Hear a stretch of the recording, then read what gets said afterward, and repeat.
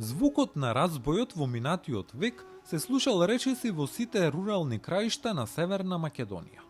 Обезбедувањето облека за целото семејство преку ткаење на носи, чорапи, фути, но и предмети за домакинството како килими и амболии била исклучиво обврска на жената. Но стереотипот дека ткаењето на разбој е заборавен занает гурнаа младите Дамјан Ристовски и неговата пријателка Сара Јакимовска, кои во срцето на Скопје го отворија првиот дуќан за народни носи во кој ткаат и на купувачите им продаваат македонски традиционални производи, рачно изработени од волнени конци. Идејата е многу одамна, односно од уште кога бевме основно училиште, преку една снимка на YouTube гледав како се ткаат пиротските килими во Србија и ми дојде до желба да научам јас да ткаам. Мојата баба, која што знаеше да ткае, мислам, исподелив дека сум гледал видео кај што жените во Пирот ткаат и ја замолив, ја запрашав дали таа знае да ми покаже како се ткае.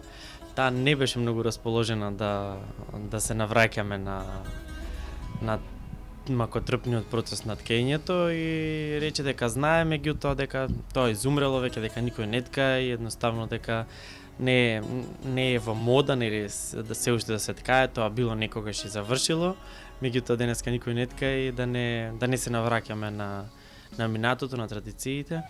Меѓутоа јас бев упорен и со мојот упорност допринесов таа да ни ги открие тајните на ткењето. Ристовски вели дека во нивниот дуќан, освен ткаењето носи, се изработува и традиционален накид. Имаме плетени монистрени алки, монистрени ќустеци, монистрени колани, значи работиме и со монистра.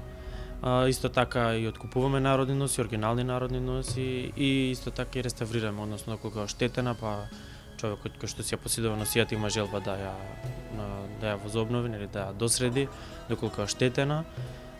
Ние и тоа го вршиме, мислам сите поправки кои што вклучуваат народната носија. За Сара Јакимовска, ткаењето народни носи представува љубов на прв поглед. Прв пат започнала да ткае на 15 години заедно со Дамјан и неговата баба. Таа вели дека најголема побарувачка за народни носи во нивниот дуќан имале од фолклорните друштва. Имаме и поединци кои сакаат да имаат делови од народни носи. Имаме побарувачки и од селата како битуши кои ја задржуваат традицијата, кои на водици одржуваат настан, да речеме. Тие се најчесто. Јакимовска додава дека нивниот дуќан го отвориле со финансиска поддршка од Агенцијата за вработување, а цените на носиите варираат почнувајќи од 100 евра па нагоре.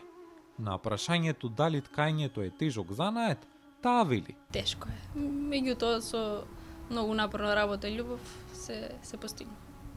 Народните носи се едни од најубавите белези на културата, минатото и историјата на народите.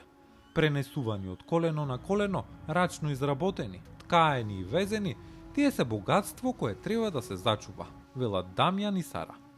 Примерот со овие млади предприемачи може да направи вистинска разлика во сваќањата што е она што треба да им се остави на следните генерации.